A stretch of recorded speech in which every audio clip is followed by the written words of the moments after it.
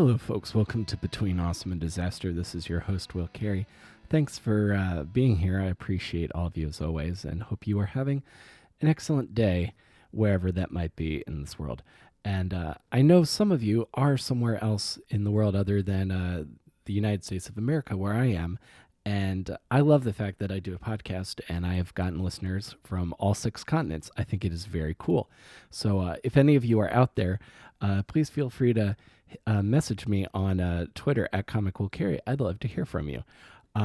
My guest today is, this is a very exciting episode. I loved this conversation. My guest today is comedian Gastor Almonte. If you've heard, you might have seen him. If you haven't, you should definitely check out his appearances on Comedy Central's This Is Not Happening, the storytelling show they do, now hosted by Roy Wood Jr. And you might have heard of his album Immigrant Made. If you haven't, you can check it out wherever you stream your music or your comedy albums. You can also watch his special, the special for Immigrant Made, on Amazon Prime.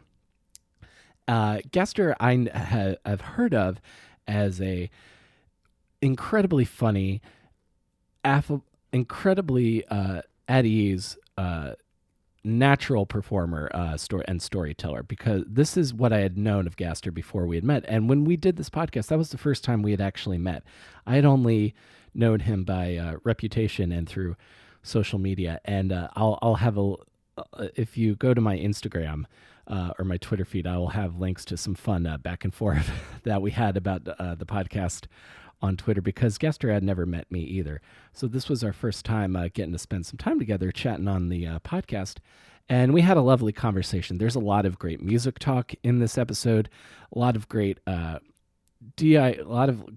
business, comedy business advice if you are looking to release something of your own, or if you're looking to put something out, a lot of storytelling advice if you're in the storytelling community, and just this is probably the most New York conversation I've had on the show recently, because Gastor talks a lot about being from East New York and Brooklyn, and that's a neighborhood I have a very specific idea of, and I got to talk to someone about it, and I really enjoyed getting to chat with Gastor. So I'm hoping you guys enjoy this. If you enjoy this conversation and think other people might want to listen to this as well, we are available wherever you get your podcasts, Apple, Stitcher, Spotify.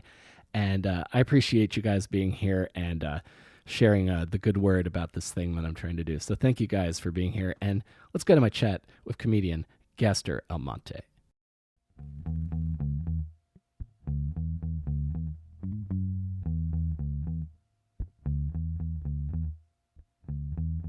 Sounds great. Dude, cool. I love the cadence of your voice. Is just very inviting. Like I was listening to your album before you came over. I listened to your album today, and there's this very like relaxed, but you have this like very relaxed kind of cadence on stage. Yeah. But you also just sound like you've lived, and I like would listen to. It's like, whatever he says, I would take his advice. That's how I feel listening to you, Gastor Almonte. I appreciate that, bro. One thing I wanted to tell you, I wanted to tell you a story because I think you of all people might appreciate this. A bunch of years ago, my fiance and I worked for the Canadian consulate in New York. Okay. And there were some people from Canada who are temporarily stationed in New York. And my fiance is born and raised in Prospect Heights. Okay. So they were asking her about about New York City, and the topic of East New York came up, and then and was like, well, you shouldn't go to East New York, and then they were like, and they're Canadian, so they're like, why would you not go to East New York? It's like, well, it's pretty, there's a lot of crime, a lot of violence in that neighborhood, and then the next craziest, oddest question is like, well, why do people live there? The rent is incredible. Good food. Oh, 100%. Yeah, so there are good parts to the neighborhood, but yes, I agree. It's a little sketchy. Uh-huh. Yeah. And but listening to your bits, like, is East New York gentrifying like the rest of Yeah, the city is? it's definitely it just is what it is. Sure. You have the A train, the J train. You got a few of the red color trains, 1, 2, 3 joints that get out there for certain areas. Sure. But all those trains get you to the city with no transfers within 40 minutes, and you have rent. Like, it's probably the only place in Brooklyn where you can still find like a 2 bedroom for like 1,200. Which is Right. nuts, like anywhere else in New York, if you know that. I know the people like in other states, that sounds like insane, but you go to Bushwick, that's like 5 minutes away. That's like a $2,500 thing. So, you deal with a lot more. It's definitely not perfect, but it in turn, it's still inviting. So you're starting to see that shift happen. The one cool part is that it's happened so much in so many other parts of Brooklyn, is that I do think that this is the closest to getting it right as New York has gotten so far. Right. Meaning, like, gentrification isn't necessarily fully on a bad thing, like in terms of new people coming into a neighborhood that aren't from there. There's benefits that come with new cultures coming in and money being invested into a neighborhood. The issue's always been is the displacement. This is the first time I feel that the locals are being heard. A lot of decisions aren't being made as quickly because they're taking into account, what people in East New York have to say about so many of the things. And it's just been cool. Like, I've seen like schools being built. Some of the locations is a building being built on Fulton Ave that's it's going to add condos, but it's going to be 35% locals.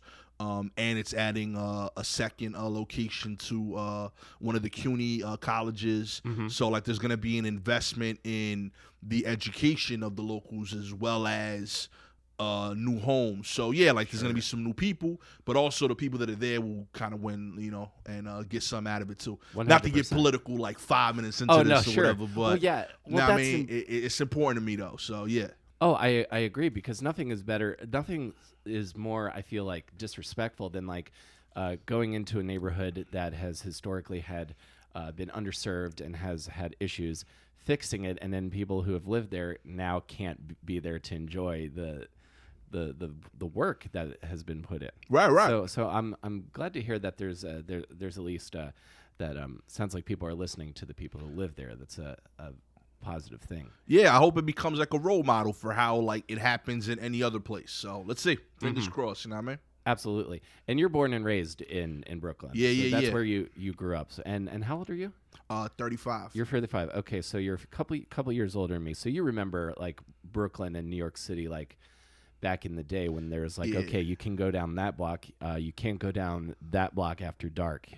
Like that kind of scene of New York. And for the record, a lot of where I'm at is still that. It's and I think that's part of why I still remember it, because I still semi-live it. Not necessarily where the part of where like my home is a bit safer. I'm in like the Cypress Hill section of East New York. But there's definitely like property that me and my dad manage that's definitely still rough. Like and it'll remind you of early Brooklyn and a different era of there being a bit more of an edge to the neighborhood.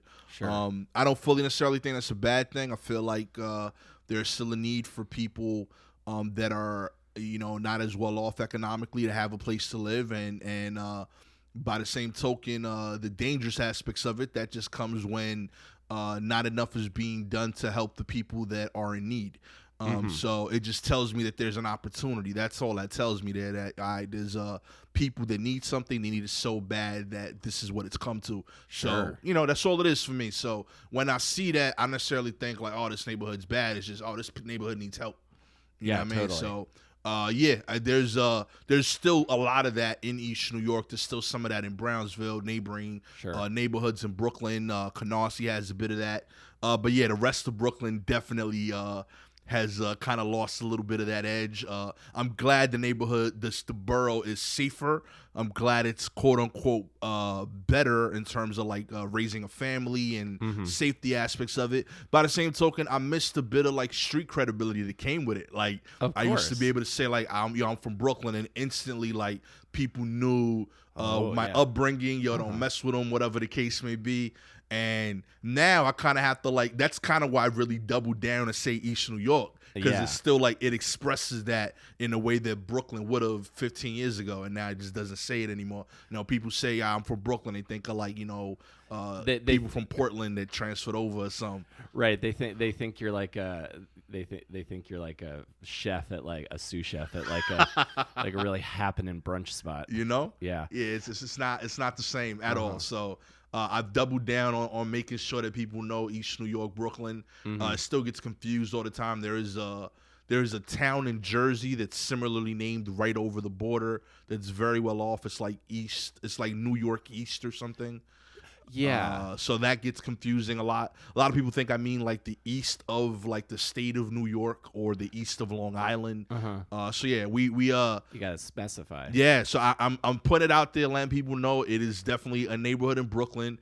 It still has street cred. We are out here. We are holding it down for all of 90s Brooklyn that you miss nearly and dearly, where all your favorite rappers are from. Exactly. We are still here. Yeah, so that it's coincidental that you bring up the rap connection, because as like a very sheltered white kid, my idea of what cities were like is basically like Behind the Music, Notorious B.I.G. Yeah, like that's my and honestly, this might sound really strange, but growing up where I did, like I sort of feel like I missed out on that sort of like the community aspect of being in a neighborhood in a city. Like the way it's seen in movies, like someone walks down the street and like three people like say their name, like, "Hey, how you doing?" And I'm like, "Oh," like I always wanted that, but like I didn't even grow up in the suburbs. Like I grew up in like really rural. I found out recently the actual place I'm from St. Leonard, Maryland. That's where I grew up after my grandfather passed. Yeah.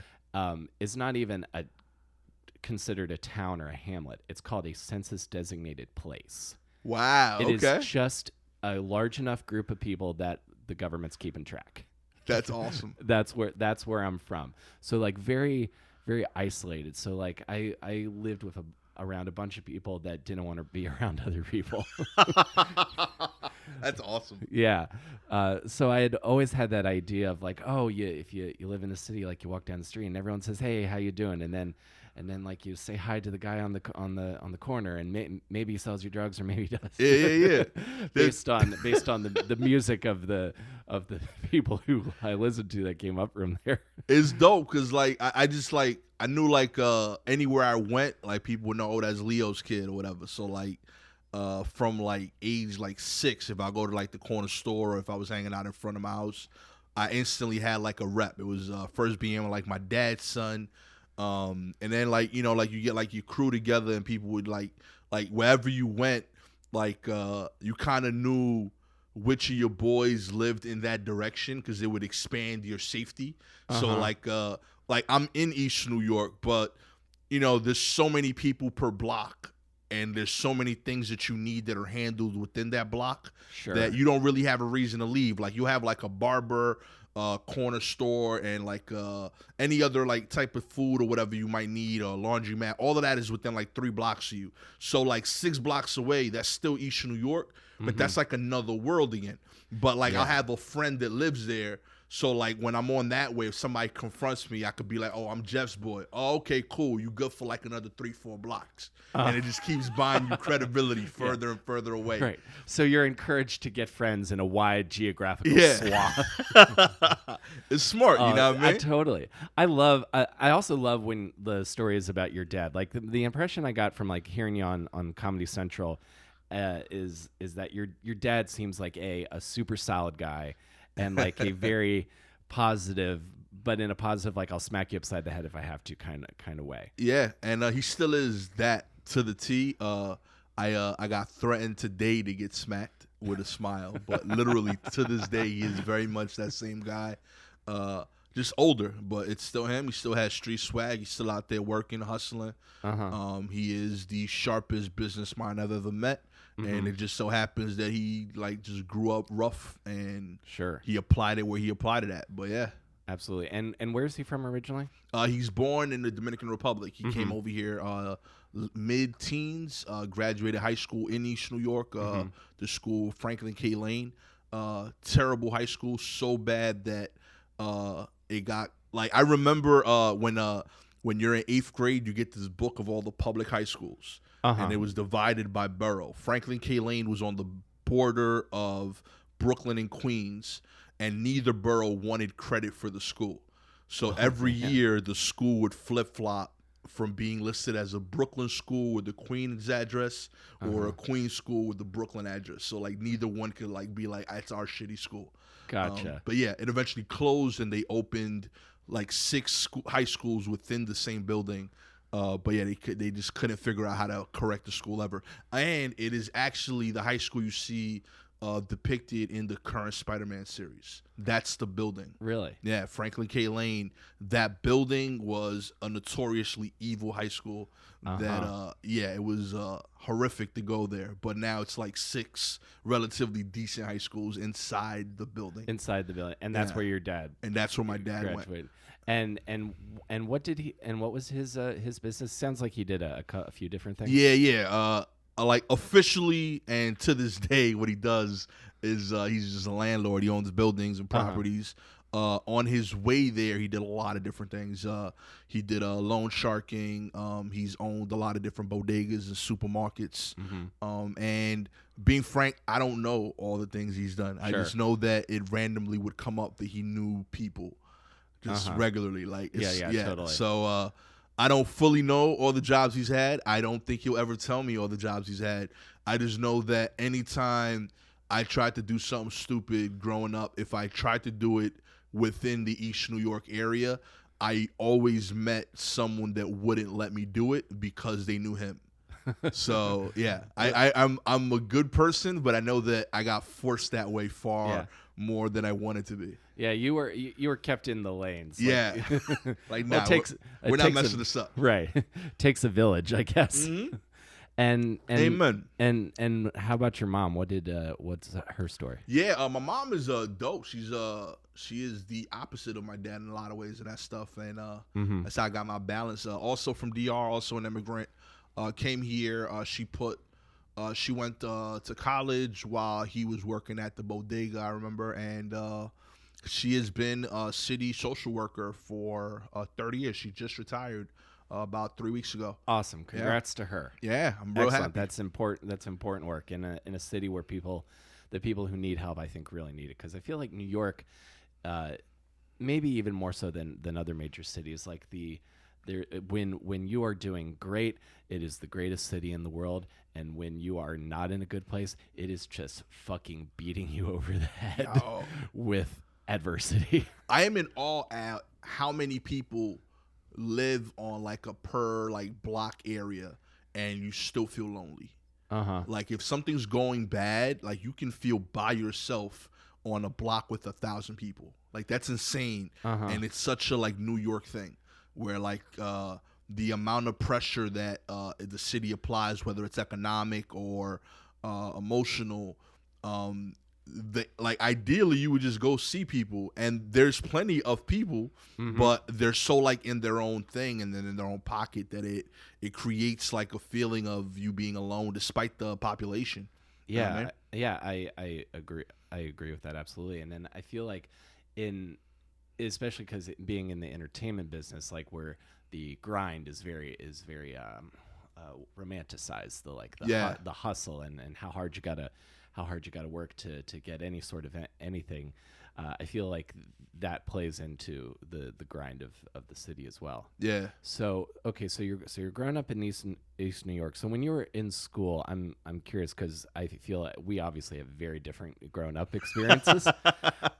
So like I very much knew like your archetypal like high school cliques when in my school there was like the theater kids that was where I eventually found my tribe. Okay. Because I was just like for the longest time I was just like a lonely gamer kid, just like going to school and then going home on the bus, and then the theater people became my tribe. That's dope. So I don't know if you had that growing up. What was the like? Who were you? What kind of kid were you when you were like coming up in like high school age? Yeah, so high school was the first time that I really left East New York. My dad, because of his experience at Franklin K. Lane, actually didn't want me to go there. He was adamant about it. So they sent me to. My mom found Catholic elementary school locally. I tested really well and got into like this really good program for junior high. And they got me into this high school in Queens, St. Francis Prep. I did well there. And I ended up having like 2 different cliques, if you will. Like locally in East New York, I had my friends that like we all like knew each other from just the neighborhood. So to this day, I still see my boy Jeff like once a month. He bartends in the city. E6 still lives in the neighborhood. I bump into him every couple months. So we don't hang out as much as we did growing up, but we're still there. We're still local. We're still, friends. And then in terms of at high school, it was such a different space. It was definitely a school that was more competitive than I was accustomed to. Also, it was the first time I saw money. First time I saw white people. I went to school with one white kid from 1st through 8th grade. And then in this school, it was like 60% white. Sure. So that was like a whole different demo for me as well, just to kind of like get to know. Up until that point, like if you would have asked me, I had no perception that they were the majority. I just heard that, but I never saw it. So that was like an interesting thing. So like my high school crew, I formed it unintentionally, was called EBC, East Bottom Crew, because that's where our lockers were. And it was literally just all the minorities. Right. So like every person of like Latin, Black, any kind of like crew that felt like alone, there's like 5 of us in the school of 4,000. We slowly like formed a clique, and it was like 40, 50 people that like unofficially call themselves part of EBC to this day. And like whenever like I'll do a show or I'm working on a new hour, they're the people that come out to this day. They're super supportive, great awesome, people. But yeah, I'm like really, really indebted to those crews, because like you'll see the turnout. Like you'll see like my friends from high school from Queens. You'll hear the East New Yorkers. They're incredibly supportive and loud, and it's just fun to have all those people like come along for the ride for what's going on. Yeah, that's awesome, man. Yeah, I definitely got that that crowd on Immigrant Made was like there for you. Like just were, that you sound like a rock star on that stage. It's crazy, right? That's excellent. They were very in the room. They were very much supportive. 100%. Something I want to ask you, a New York question, because this is something my fiance tells me. Because to live in Queens now, being born and raised in Brooklyn, that was like a big deal. Is there this schism? Is the schism between Brooklyn and Queens real? Yes, very much so. So it's kind of like big brother, little brother type thing, in the sense that I don't necessarily know who's the big brother, quote unquote, but it's a matter of like, I'm going to always pick on you unless it's another city. So like if Philly want to talk shit, then it's like New York, Philly, we gonna battle it out, you know what I mean? But within New York, there's definitely like a Brooklyn Queens thing where it's like we share the same space in a lot of ways. We're both outside of the city. We're not connected, like and we're not like separated like SI and the BX. So much of like what we do is like really like right in front of the other. So there was a lot of constants to that, and even within my friend group, like we like they'll tease me because like I went to school for high school to Queens, so they'll throw that in my face. Then I'll throw but all the cool shit we do now is in Brooklyn. So it's just been like a constant thing that both neighborhoods share a lot of the same ethos and a lot of the cool things that people like idolize about what makes New York New York. Those two boroughs really highlight it, and they'll show the whole range of like I really enjoy the fact that both neighborhoods show like the full economic range, the full ethnic ranges of what's available in New York. So either borough is really like representative fully of what New York is, and then if they have them literally bordering each other, then you have other elements that kind of people don't realize that throws into that, like all the major urban shopping areas that people think of when you think of New York are all borders of Brooklyn, Queens. So like you got Jamaica Ave that borders Brooklyn, Queens. You got Knickerbocker borders Brooklyn, Queens. You literally have one called City Line bordering so like all the major spots where like if you're a high school kid, you're gonna go Bad Girls, you're gonna meet people from this other thing. So there was I just remember like that being a thing, like, oh, I got a girl from Queens, and it was like a conquering thing. Like I talked to somebody from there. So like it was a constant thing of a borough competition. I definitely know in junior high school, that was a real major discussion on a few occasions, because the class was split like 50-50 between Brooklyn and Queens. And just constantly like, oh, the better rappers come from Queens. And like, the better one, Brooklyn, easy. We got Biggie, we got Jay, we got Nas, we got, whatever. So like it was a fun thing that we always kind of got into. And I still will like validly fight Brooklyn regardless of. So Nas is the projects that Nas grew up are like down the street. We're real close by. We're not too far away at all. I find it crazy that I loved everything about that. It's just like, no, they have the best rappers. I find it crazy. Like, did you know that restaurant Sweet Chick? Yeah. He's an investor in that. I didn't know that, and they just opened one on Jackson, Long Island City. So I feel if that's got to be really cool for him to like, have a place like so close to where he grew up. That's got to feel like a real full circle. That stuff is awesome. I think it's inspiring to the New Yorkers coming up now that like you could like really be a part of the footprint of what your neighborhood is becoming going forward, and that you could see where you came from, where you are now. Like that's such a urban city thing. I think like New Yorkers should say stuff like that. Chicago's another city like that where like you could be in the rich side of town and see where the struggle is literally like a mile away. Like Derrick Rose talked about that. I remember in an interview where he was like, from his new $15 million condo, he could see his old apartment. So right. That it's such a like neighborhoods where like the train system plays a big part. I feel like they're always gonna have that, because you're gonna have to have a way for the people that work in the rich part of town to get home. Yeah, exactly. Got to keep that 7 train running. Yeah, exactly. 100%. So like it's such a cool thing that like you're able to see the possibility, and you're able to see the dream when you're coming up, and then in turn when you make it, it's cool to be able to see a reality check.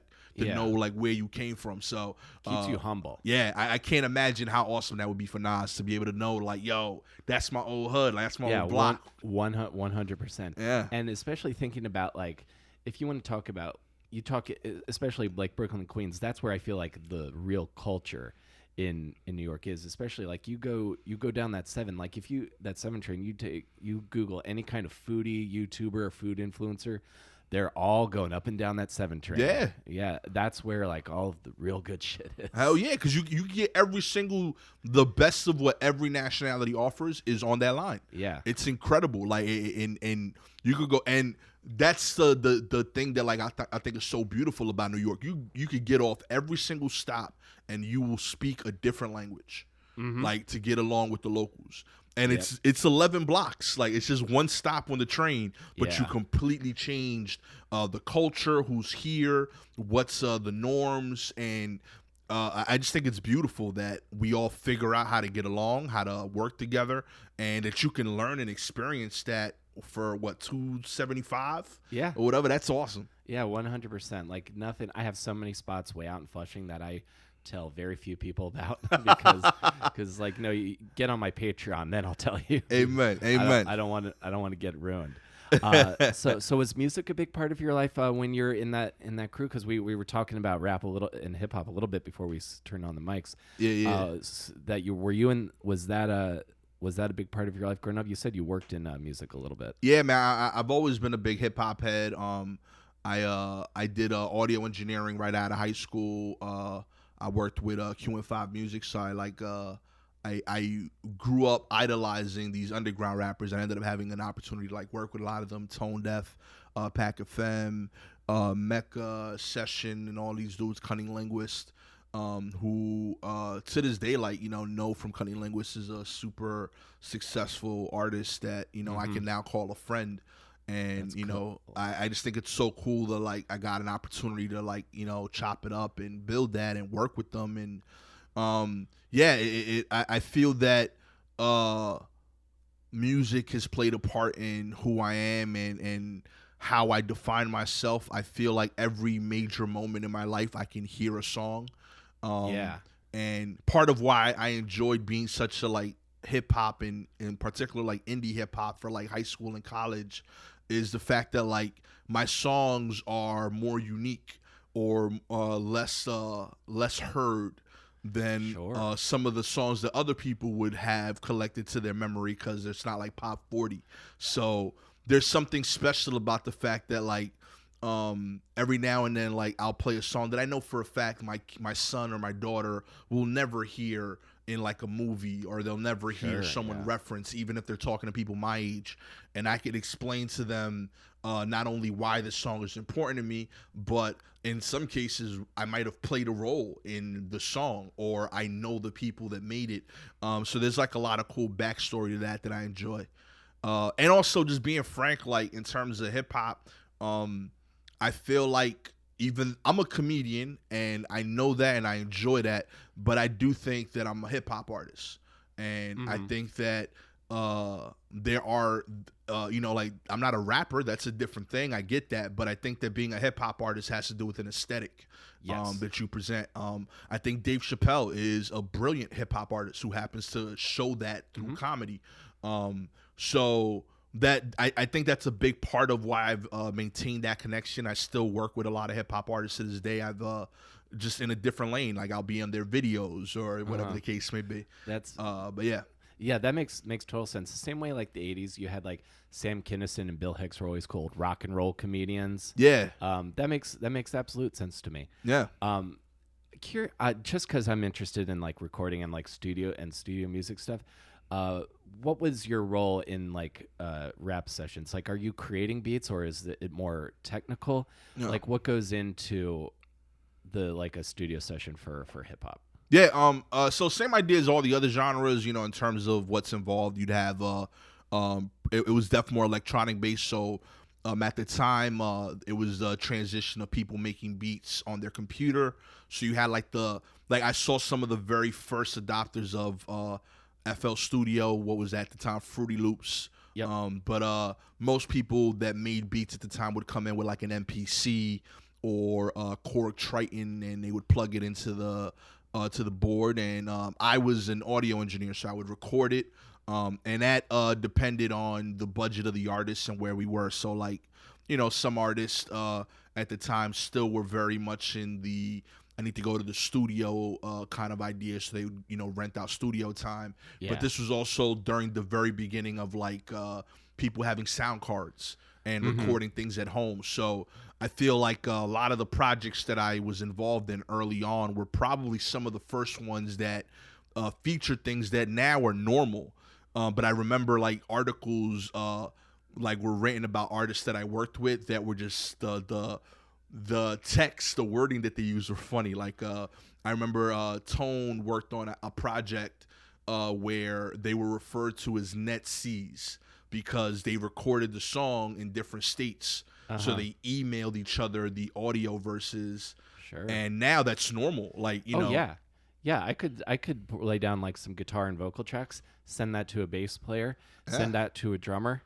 It could all be done over the internet. Yeah. That makes total sense. So when that was happening, like they were almost called out as weird for it because you didn't see this dude in the studio or whatever. And so like I saw that transition happen. It was really interesting. I saw artists get criticized for cultivating online fan bases, and now that's what you need to do. Yeah, that's the thing. That's step one. Yeah, get online fan base, then play show. Yeah, 100%. So it was fascinating to see that So yeah, I kind of saw that transition happen. But yeah, like in the room, it was same equipment that people use today. Just I def saw that transition from big budget studio recording to people recording at home with their own personal setup and being wowed by the fact that they could sound really comparable. You know? Yeah. And do most MCs have any? Do they have like? Are they writing lyrics to the beats they get? Or have you ever like worked with someone who has a lot of like influence or thoughts on what the beats should sound like? Yeah, both happened. It would depend a lot on what the idea of the project was. Yeah. Most of the and also your economic situation. A lot of younger artists who didn't have the budget would buy the beat pretty much pre-made. And they would write it so that when they showed up to a studio, since you're being charged by the hour, it was almost like this is exactly what I'm going to record. And then my job would be obviously to like mix it, and I could also do like editing in terms of like, dropping tracks to make sure that their lines are emphasized. But there was very little adjustment or meeting with the producer there and making the track in those situations, because they couldn't afford to let the producer do that while also paying for a studio. Yeah.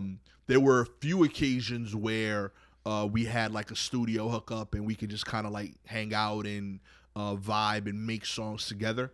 But most of the artists I worked with were definitely like more indie, so they had to be real budget conscious with the studio time in particular. Yeah, you got to be as prepared as possible. Yeah, you show up, you're ready to go. Exactly. Like I always hear these stories from studio people, bands that show up and they're like don't know their songs. I'm like, what are you doing, dude? You're paying this guy hourly. Yeah, you can't be fucking around just because you read The Dirt by Motley Crue. It's not how it works. It's madness. I'm like, yo, I did audio engineering really early on for studio, and it paid well, but I it was blowing my mind, and I couldn't keep doing it. Like, people would show up, they would be high, and they had no idea what they were gonna do that day, but they felt accomplished having rented out studio time, and they would pay for like 12 hours. Yeah. They might get a song done. It was always sloppy. Mm-hmm. And I had to like really work to get the song out.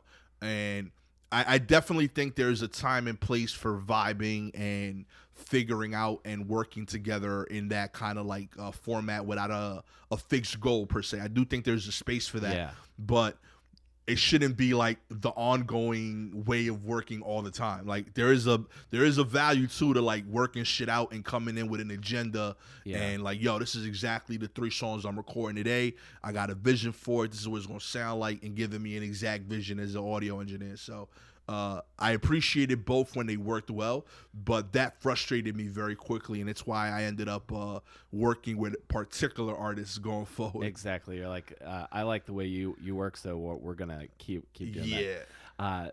That's really cool. I always wanted to like work on rap songs, but I've always been in rock, and I always wondered specifically about how beats get created and end up with certain artists, because when I think of Tupac's Changes that uses that Bruce Hornsby song, I'm like, was Tupac secretly like a really big Bruce Hornsby fan? So he was like, I got an idea, this really mellow but socially charged piano song by this old guy would be great as a rap song. Yeah, and it varies. Like, there's definitely songs like, for example, I'm thinking of there's a Jay-Z song that Knife Wonder produced on the Black album. I'm blanking on the name right now. Threats. There you go. Where he literally like said, "Yo, this is the sample I want you to use.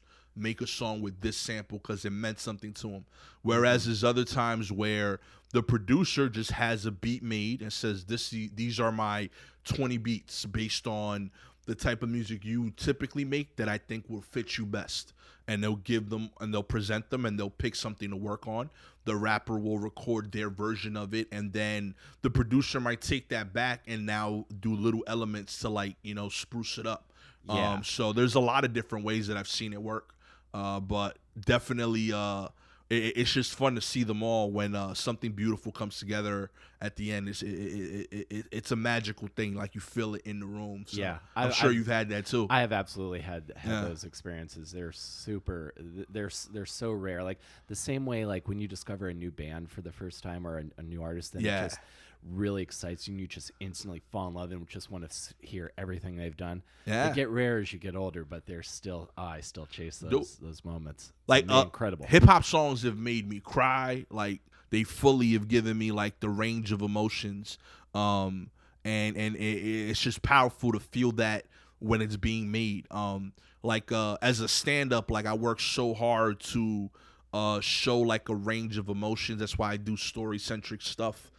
But it's something that I don't know if I'm going to get that full range until I'm in front of a room. Like something about music is beautiful because you feel that by yourself. Like you're in the room with just your headphones on and like the two people recording the song.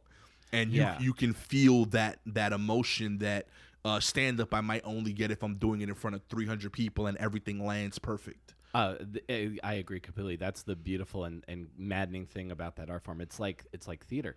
I grew up. I did tons of plays and had incredible moments like on stage with people and in front of those crowds. And now they're just memories. Yeah, they only exist in that room in that moment. It's like even you could tell a bit that's a great bit, and if the vibe is off in the room, it's not the same. So while you're doing the audio engineering stuff, is comedy a thought in your head during that time? No, not at all. I didn't do stand up until I was 29. Till you're 29. Okay. Yeah, the first time I did stand up, I've told this a few times. I decided to take the classes. I was a sales manager after college. I went into sales. Mm-hmm. You seem like you'd be good at sales. Yeah, I did. Thank you. You have a very like affable personality, and I mean that as a compliment. I appreciate it. I did. I got promoted, and I knew that it would require me doing presentations. And so I happened to like read an article in Inc. magazine the week that I got promoted that talked about 4 CEOs taking stand-up classes to get better at presenting and public speaking. So I was like, oh, that sounds like a fun thing to do, and it builds my skill sets. I convinced my cousin Diggy to take the classes with me. So we signed up for 7 weeks of classes at Gotham Comedy Club with Jim Mendrinos, who's a dope stand-up. Doesn't perform nearly as much as he should. I know he was a little sick a while back. Mm-hmm. But I know Jim. Yeah, dope stand-up. And I took the classes with him, and at the graduation show, as you guys have heard from like my album and other stuff, East New York shows up. And my cousin Diggy, he's from Bushwick. Bushwick shows up, so we like packed this shit out. The room downstairs at Gotham, so much so like it's popping more than the upstairs room. So nice in the vintage in lounge? Like the vintage lounge, like it's crazy in there, like legit. I want to say like 90 people in the vintage lounge for a graduation show. Like like it's just weird, but upstairs they were. This was also the first night of the promo tour for Sullivan and Son when they were doing season 1 of that show.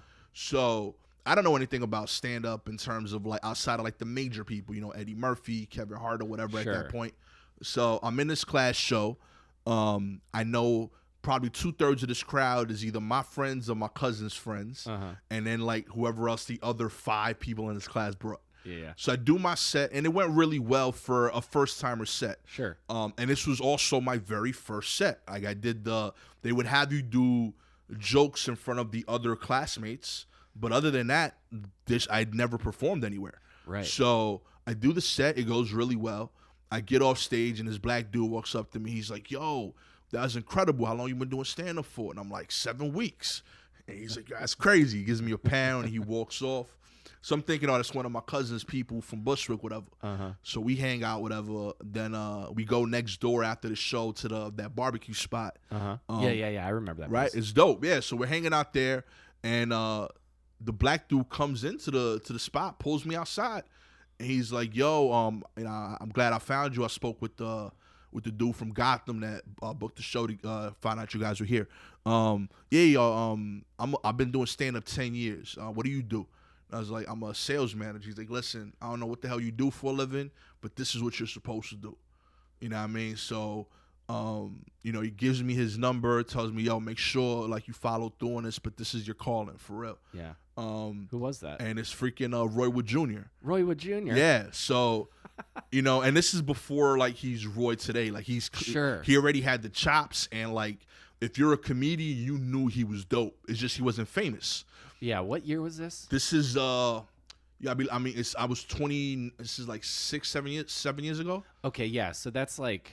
Yeah, like, this I remember is right when he was starting to like pop. Like he was on Sullivan and Son. He was underground famous because he was already doing the radio station in Alabama, and he had done those mixtapes with the prank calls. But he wasn't like my mom or my wife would know who he is. I remember seeing his first Conan set. So this might have been like right around that time. Maybe, yeah. Like really, like it might have been like the first one.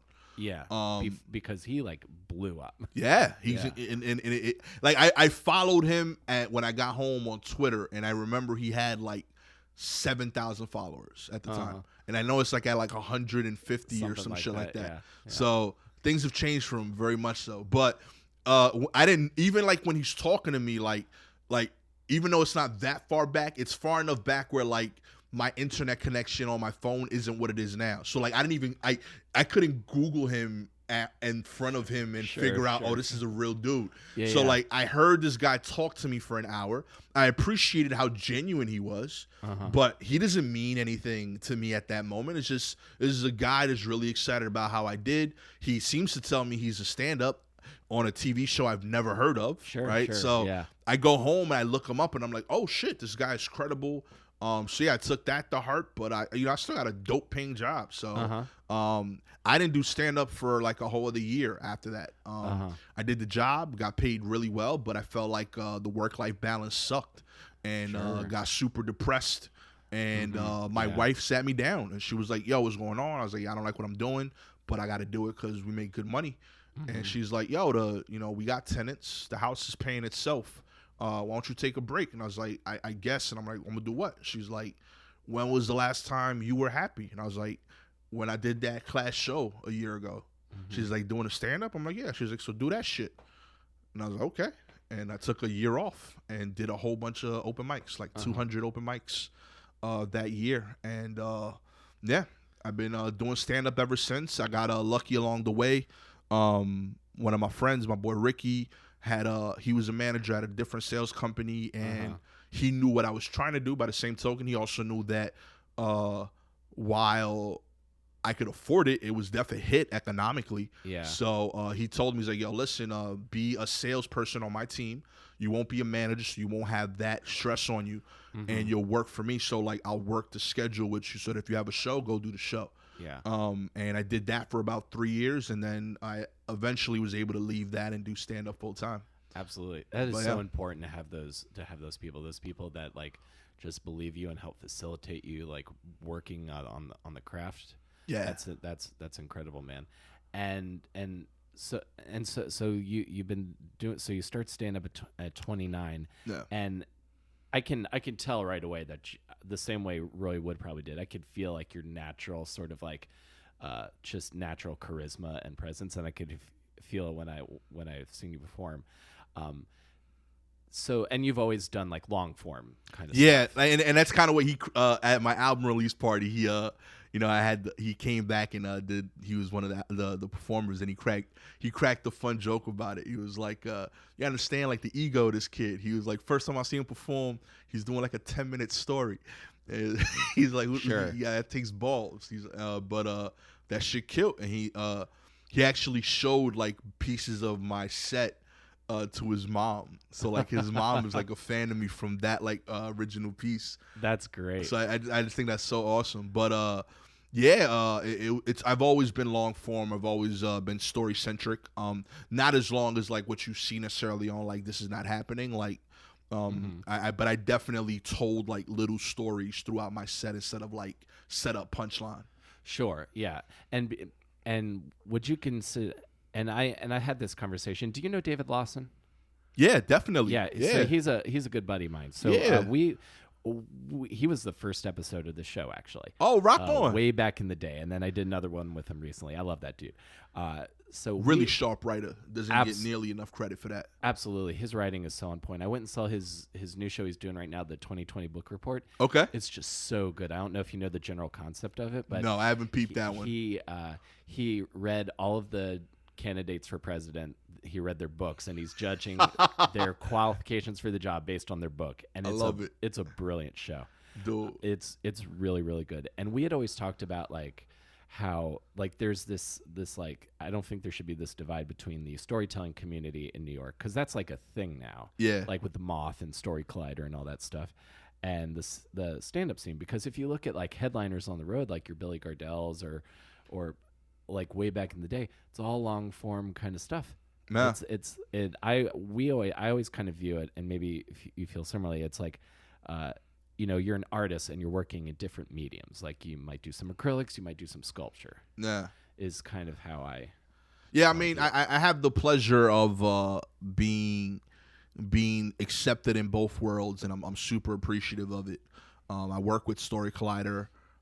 So like I am thankful for their acceptance of what I do in both places. I very recently have come to the conclusion that it's like UFC, like MMA, right? Mm-hmm. So like Story Collider is like judo, and comedy stand up is like MMA. So it's its own discipline, but it's also a discipline within this other thing.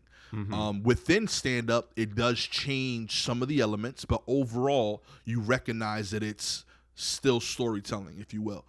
There are definitely slight differences from when I see a story told at a storytelling show versus a stand-up room.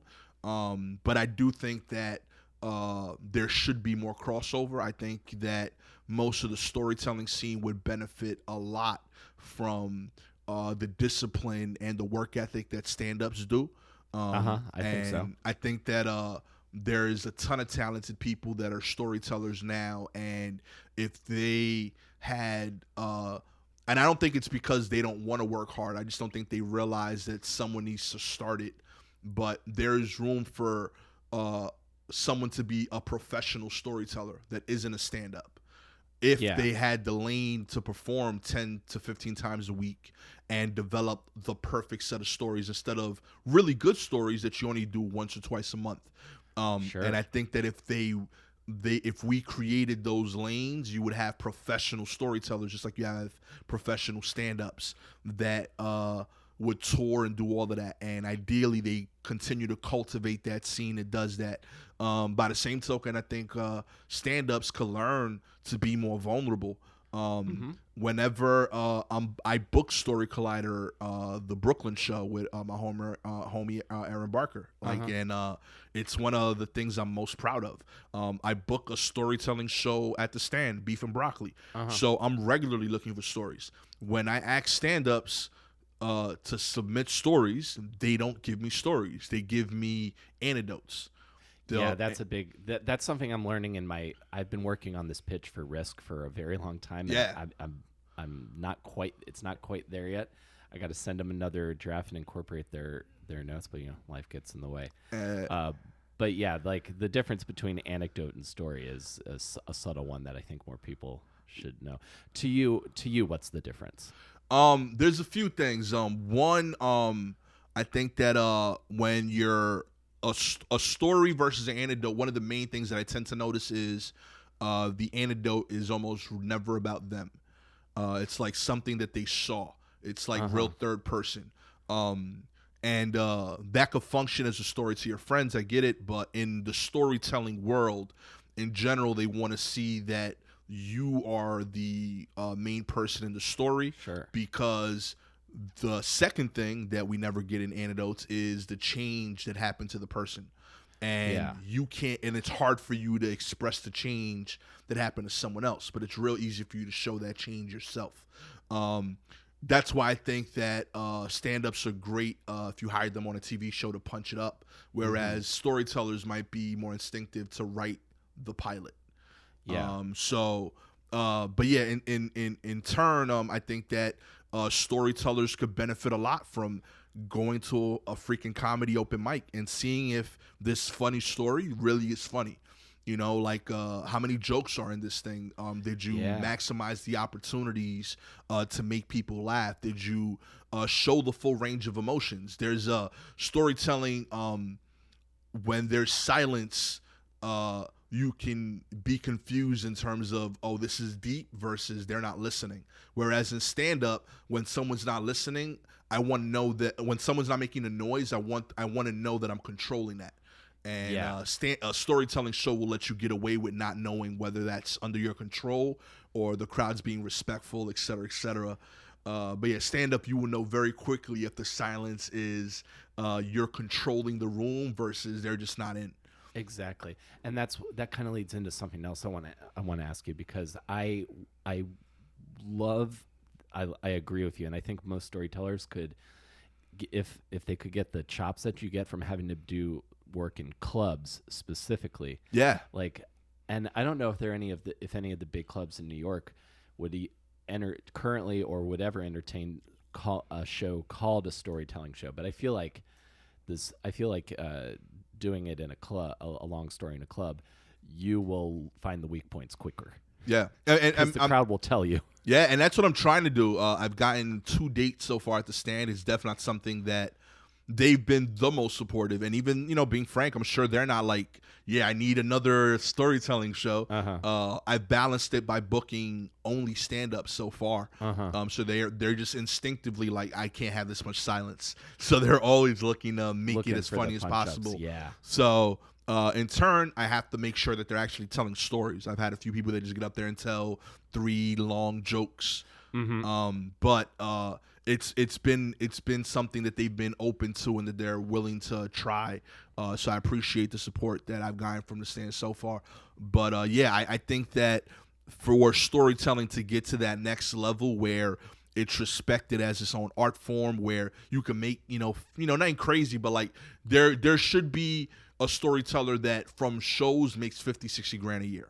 That's what I'm getting at. You don't necessarily need to. I know that there's stand-ups that from touring and working hard and random gigs, they could grind together a living. I don't know any storyteller that could claim that. At least not from personal stories. I've heard of people that they tell fairy tales and they're incredible performers of these. They're more like stories. theatrical. Those are more like theater pieces. The only one I could think of is maybe Hannah Gadsby.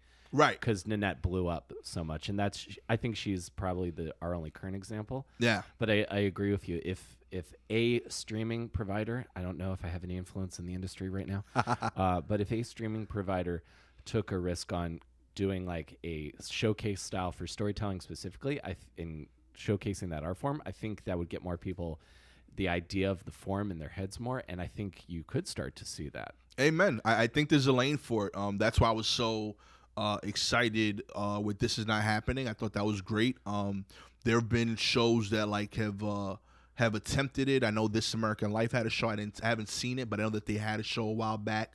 Mortified did 1 season on Netflix. Haven't heard if they're coming back. I know there's a show from the Boston affiliate of PBS that I've done, Stories from the Stage.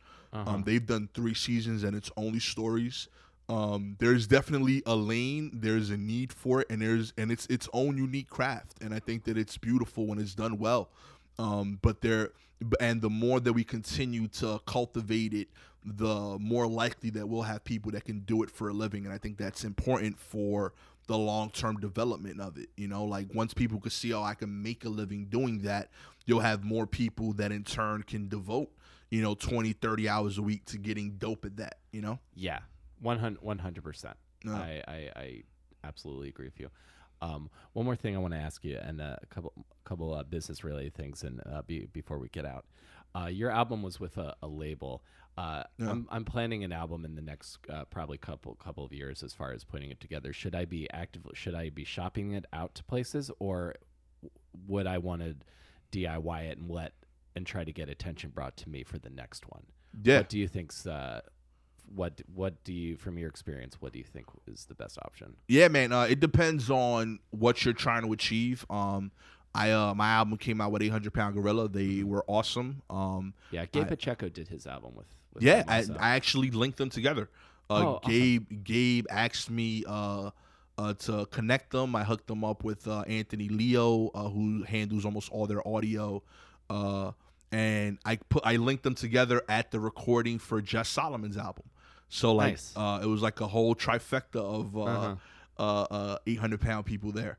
At the same recording, I also linked Jeff Zimmerman with them, and he just recorded his with them as well. Should be coming out at some point this year. But yeah, I think that there's obviously benefits to doing it yourself. If every stream you would get more money. Being frank, right? Yeah. If that's the most important thing to you in terms of full on ownership and full control of every decision, that's huge. I think that in order for a project that's fully DIY to be successful in this current climate where there's so many projects coming out and it's so affordable to put one out, you need to have a budget put aside for promo. I think too many people put out their albums out without an idea of how to get attention for it. Yeah. In my opinion, if you don't hire a publicist, you're wasting your time putting out a project. I think that getting attention to the project it's so invaluable to me. Like, why would you burn an hour of material for the random, like the 10 fans you do have, right? Like, you don't want them to hear it and then now you can't use any of this anymore. Sure. And in turn, the majority of people haven't heard it. So like, it's weird. Like, you're getting all the negatives of putting your material out. You're not getting the positives of press. You're not getting the positives of more gigs, higher paying gigs. You're not getting the data of knowing where your fan base is. All those things come with your music and your album being out. So, I would recommend that if you're putting it out, make sure that you have the budget to promote it. And B, and this is kind of where 800 Pound came in for me the most, was in terms of getting attention would be their connections with Sirius, with Pandora, with Spotify. Like, those are things that you will hear a lot of artists, and it's valid. You can do that yourself. But being frank, I don't want to. Like, sure. I know 100% in my heart that as someone that did business and did it well, I want to focus on being funny. I want to spend 50, 60 hours a week on jokes because I got to see my kids. I got to see my wife. I want them to know me too. And for me to do the business side of things to the level that I'd be satisfied with would require an insane amount of hours. And being frank, it would defeat the whole reason why I got into stand-up. I'm doing stand-up because it brings me 100% joy. And it's because I get to avoid. Yeah, like, I enjoy it. I cannot tell you a single time where, like, I've done a podcast, I've done a show, I've done an interview, I did a set, I wrote. I can't think of a single time where if I was doing comedy, I didn't like it. And it's because anytime something comes up where I'm like, you know what, I'm not gonna like that. That feels like a job again. I just say no. Totally. And comedy's allowed me to do that. So why am I going to sign up to do things that I don't instinctively want to do, but I need to be successful when someone's willing to do that for a certain amount of money? Now, obviously, make sure it's a fair amount. Make sure it's a split that doesn't, jerk you of your money. 800 Pound was great with that. And I feel like they were more than fair with, the split that they worked with me and the ownership aspect of me having my masters and all that. So yeah, like, all the last to say is that, like, I feel like when I thought about all the things that were required for my project to be successful, all the things that I don't want to do, they wanted to do for me. And they were willing to do it for a number that made sense to me. And all the things that were required for it to be successful that I like, making the album, doing the photo shoot, the creative vision of it. Yeah. Those are things that they were willing to let me do whatever I wanted. So that's a great partnership to me. Also, I knew from the very beginning I wanted to make it an independent special. I wanted to put out my own special. And they told me from the very beginning, and I'm not sure if this is the case for every label, but they told me from jump, you own your masters. And there's no holding period. You own it from day one. So whatever we record on this day, we'll put out the album, but you can use it for your special. So they basically did the audio for my special that's on Amazon. So I didn't have to think about that logistically. So you've produced shows in New York, I'm assuming, sure have, yeah. right? Like most comics at this point, right? If you Yeah. want to get, you got to figure out a way to get on stage. Think about all the shit that you got to do that day of the show to get like 10 minutes of stage time. Like how many things are going through your head? Like, oh, the comic's going to show up on time. Is the mic working? The seating of the crowd. Is anybody going to be here? Yeah. All that. Yeah. So it's that times 100 the day you're recording an album. And then again, when you're putting it out, why would you want to worry about those things when someone's willing to do that and all you have to do is make sure it's funny? So to me, when I thought about it that way, it made too much sense. I get the full value of I own this thing and it's mine. But man, like there are people that genuinely enjoy that shit. Like they enjoy doing business the same way I enjoy being funny. Why don't I get those people to team up with me and do the things that I hate that they like, you know? That's brilliant advice. My first major my first like short film I acted in that ever went anywhere, like it got to Cannes and stuff, was with this production company, and the director and writer, he was like the creative type. Then he had a producer that was like the type A personality, that's like the schedules and this is how we're going to submit it to here and all of that stuff. It's very important that you got, again, going back to, you got to have a crew, right? Yeah. That you know, gets you as far as you can go based on blocks. Something else I want to say is, like, you're talking about, like, when you're talking about, like, just how much joy being on stage brings you, that's what I think Roy Wood Jr. probably saw that first night at Gotham, and that's why I think you're born to do this, man. Dude, Gastor, this has been great. I don't think we'd ever met before now. No, but we're doing it now, brother. I'm chilling. Dude, this has been great. And in the future, when I get my one-man show recorded and up to a place, I'd love to get your feedback on. Let me know, sincerely. I'm with that, man. I take a lot of pride and joy in listening to and helping out every comic that is around. I think that there is so much secrecy about what we're trying to achieve. Like you know, like it just and I get it, right? Like there's it's just so hard to get the information, and there's an awkwardness if you don't want to ask, or people are scared to do so. I feel like there needs to be more openness. If there's something that you think I know, and I've put this out there, and I definitely get hit up by a lot of comics, and I'm willing to deal with the 80 out of 100 that aren't ready for that information. But I think that it's worth it for the 20 of you that are ready for it. If you think I know the answer to something, feel free to ask. I want that out there because it's so freaking hard to make it. Yeah. Because, like as is, we're working on the funny and we don't know any of these like things that are hidden behind curtains. Who do I talk to for this? Yeah. How do you get a manager? How do you get an agent?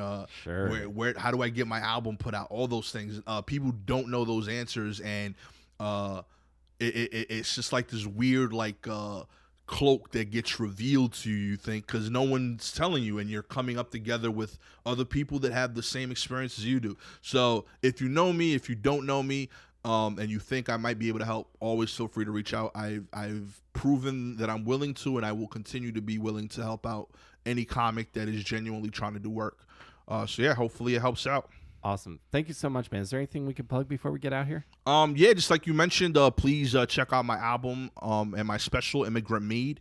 Album is streaming everywhere you could hear the audio, and the special is free for everyone with an Amazon Prime membership on Amazon Prime. Awesome. Well, I listened to it, so I'm going to watch it now. Awesome. Thank you. Awesome. Thank you so much, Gastor, man. I appreciate you, it. Well, my man.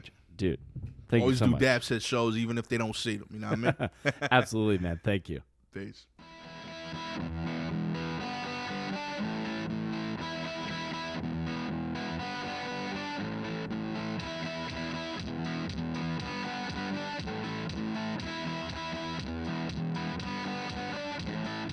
I could listen to Gastor talk for hours. I enjoyed every bit of that conversation. I could just, lots of stuff I don't get to talk about a lot, and I really enjoyed getting to chat with him. Thank you, Gastor, for coming over. I really appreciate it, and I'm glad you didn't get taken out in Queens. Again, refer to my Instagram for the inside joke that I'm making there. So that's our show for this week, guys. Thank you so much for listening. As always, I appreciate y'all being here.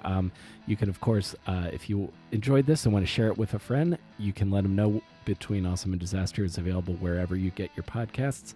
And I also want to give a shout out to my supporter on Patreon at the awesome producer level, Mary Beth Mooney. Thank you so very, very much for your support. I really appreciate it.